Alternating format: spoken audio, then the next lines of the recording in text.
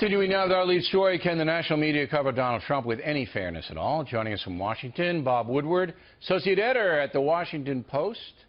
So first of all, am I making any mistakes in my analysis of the New York Times article, Mr. Woodward?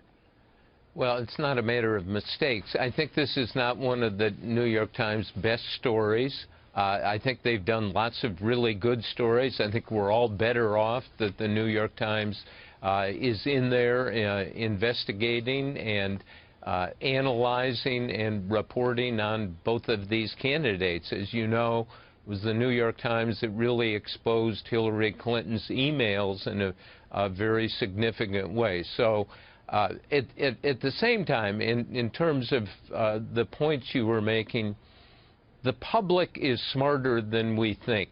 They can read a story like the New York Times story, see the playback when one of the characters or a number of them comes forward and says, wait a minute, that isn't what I meant, my words were twisted.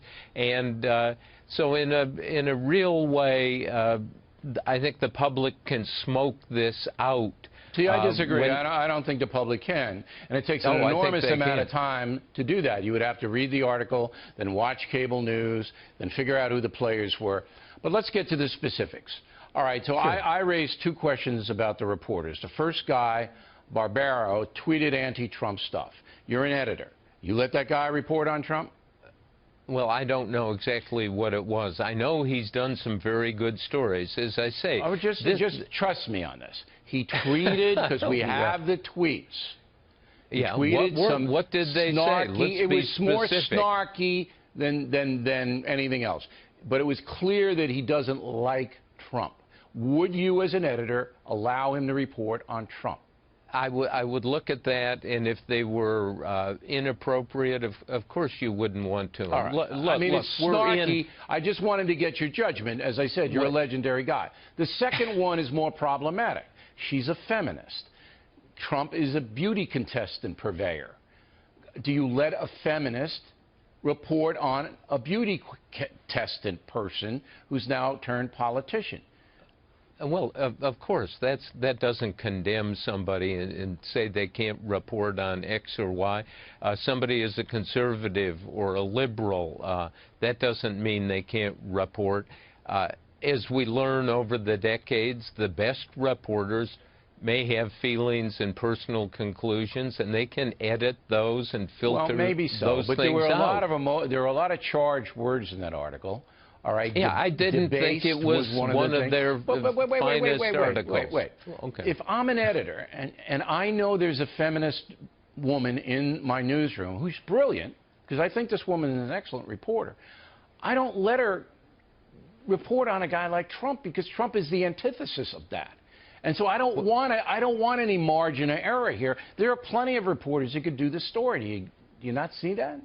Yeah, look, I really disagree. All right. They're feminists on the left and the right, as you know, and somebody can put their personal feelings and conclusions in their back pocket and keep them there. I guess it's possible. This story I clearly haven't seen it much, but I guess it's possible. Okay, but it can happen, and the smartest, most careful, most experienced reporters know that. Okay, but now, it wasn't done what in this you're case. on to, if I may say this, I think there is an anti-Trump climate in the news business. I think there also is an anti-Hillary Clinton climate not in as the news. extensive, though, and not as personal.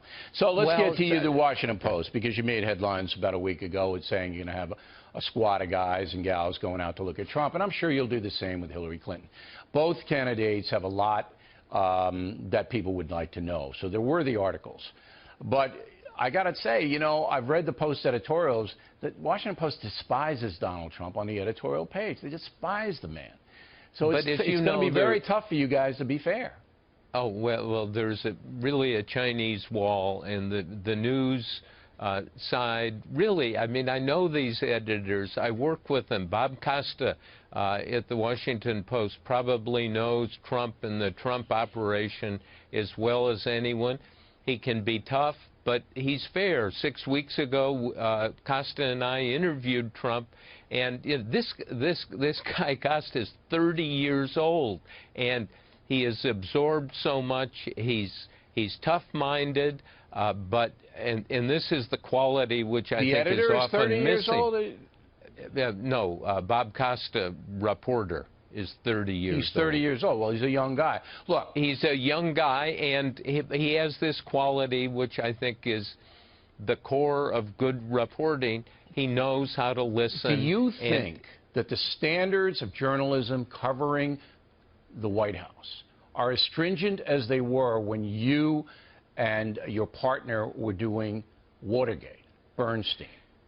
Are the standards as stringent now as they were then? Because I don't think so. You just can't make a blanket declaration. Sometimes people, listen, I've written books about Obama, and I've been very tough on him and said he really hasn't figured out how to work his will as president. Lots of people have done tough things on President Obama, and do we need to do more? Do we need to, I mean, you know, the essence of this is patience, and I liked in your commentary the word discipline. Right. Having the discipline to get something, check it, talk to more people, go back to the original sources and so forth. And in this New York Times story, it was one of these speeded up things, quite obviously, and it didn't work for him. It doesn't look very good. And here's the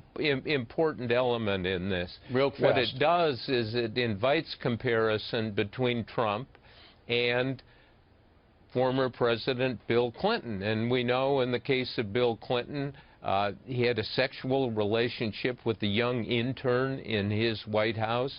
There are documented allegations of actions by him toward women which were coercive. All right, but we've been through all that. I don't think we need to relitigate that. Well, what I'm saying to you is this, and I got to go because it's a live show and we got elections and all that. Sure. You as an editor, the editors of the New York Times, the editors of any newspaper, have to assign reporters who are as unbiased as they can be.